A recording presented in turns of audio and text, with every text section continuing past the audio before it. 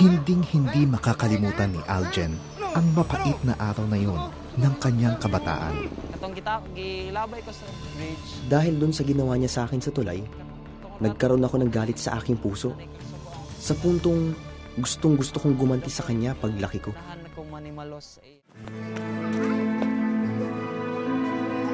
Sa halip na pagmamahal, palo at masasakit na salita ang parating tinatanggap ni Aljen at ng mga kapatid buhat sa ama, lalo na sa tuwing umuuwi itong talunan sa sugal. Isa ko sa mga biktima Isa ako sa mga biktima ng domestic violence. Sa iyang gibuhat. Hindi ko malilimutan ang mga ginawa niya sa akin. Hindi matiis ni Aljen ang sitwasyong kinalalagyan, kaya lumaya siya sa kanilang tirahan.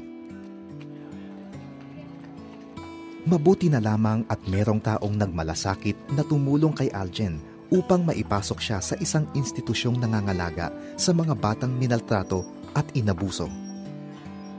Pinakain, pinatira at pinag-aral. Ang Nehemiah Boys Home ang nagsilbing pangalawang pamilya ni Aljen. Dito sa Nehemiah, gi-introduce nila kung kinsa. Dito sa Nehemiah, ipinakilala nila kung sino ang Panginoon at kung gaano siya kagaling. Kung gaano kabuti yung pagmamahal niya sa akin. Kahit sa mga pinagdaanan ko, naging mabuti pa rin siya sa akin. Subalit sa pagbibinata ni Aljen, hindi pa rin naghihilom ang sugat na dulot ng karahasan ng kanyang ama. Sa tuwing maaalala niya ay galit at paghihiganti pa rin ang nais niyang mangyari. Ngunit sa pagdaan ng panahon, sa patuloy na pagkilos ng Panginoong Diyos sa buhay ni Aljen, natutunan niyang patawarin ang kanyang ama. Ako ang isa sa mga panalangin ko sa Panginoon, napapatawarin ko siya. Noong umpisa, andyan talaga ang galit ko. Pero unti-unting nawala. Hinahinay nawala ragkalit. Ang kapatawarang iyon ang naging daan upang masumpungan ni Aljen ang tunay na plano ng Diyos sa kanyang buhay. Hindi ako makalimtan ng mga kaagi ba? Karon, di ko talaga makalimutan ang aking mga karanasan. Ngayong nagkita kami, maayos na ang aming relasyon. Kaya ko na siyang yakapin. Dati hindi talaga.